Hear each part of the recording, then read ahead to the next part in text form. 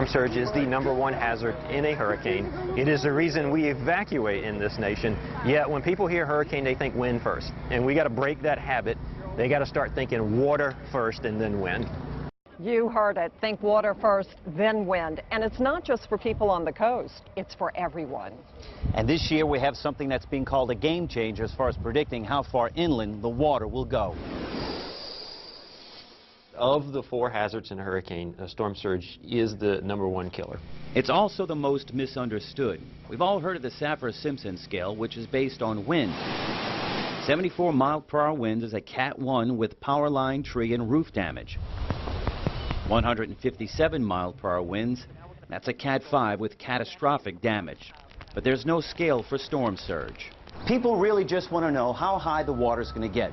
The forecast on the North Shore for Hurricane Isaac in 2012 was for a storm surge of about 3 to 5 feet.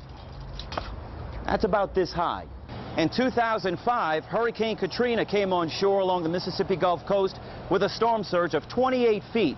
That's to the top of that tape measure. Now imagine this building and that much water. Storm surge is an abnormal rise of water due to a storm. Think of a giant hand pushing water on shore, then add the waves on top of that.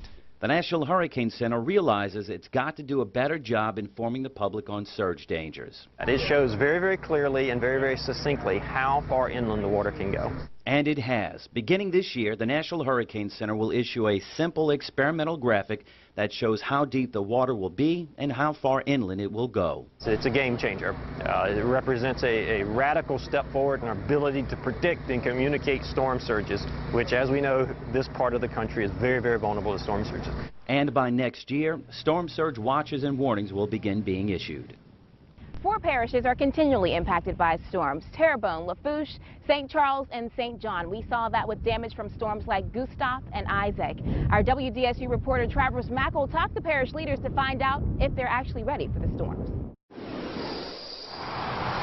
In Lafourche Parish, Crabber Barry Farrig is well aware hurricane season is near, and he hopes all storms steer clear of this coastal community.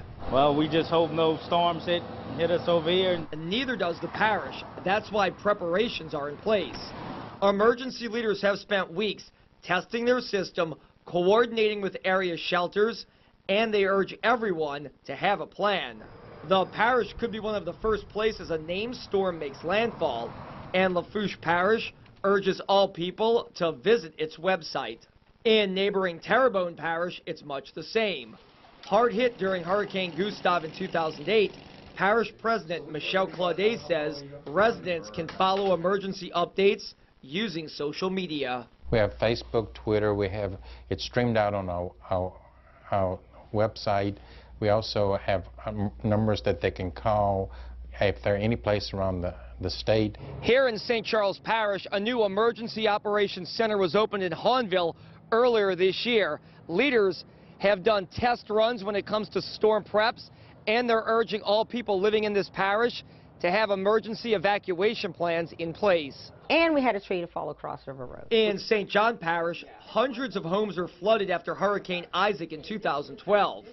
Parish President Natalie Rowbottom says lessons have been learned. We've been finalizing all our agreements for transportation, for sheltering, for generators, and establishing our relationships with our faith-based organizations and all the groups that support us during a disaster. And these guys just hope when it comes to this area, there are no disasters. But if a storm nears, when I even think it's coming, I leave, take a vacation. On your side, I'm Travers Mackle, WDSU News. To the North Shore now, and a look at how leaders there are getting ready now. Here's Heath Allen.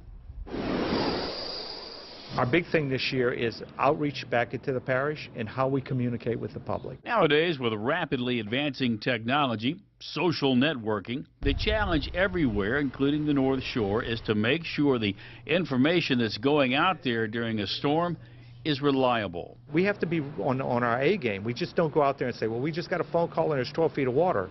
We have to follow up to make sure that what we're talking about, it's been corroborated, it's factual. We've got some changes that we've had to make. We've, with the new plans for sheltering. In Tazewell Parish, some of the major changes revolve around shelters. Some of the locations will change.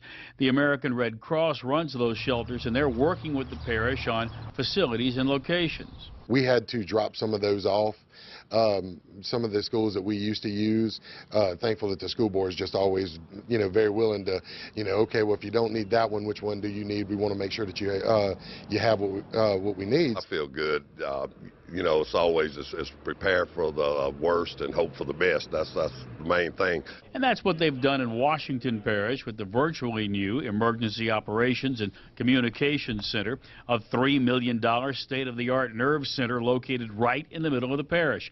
Every emergency agency will have a seat at the table. Now it's going to be so much better with big screens, things like this to look on. Anything that happens, we can have that agency on top of it, quickly.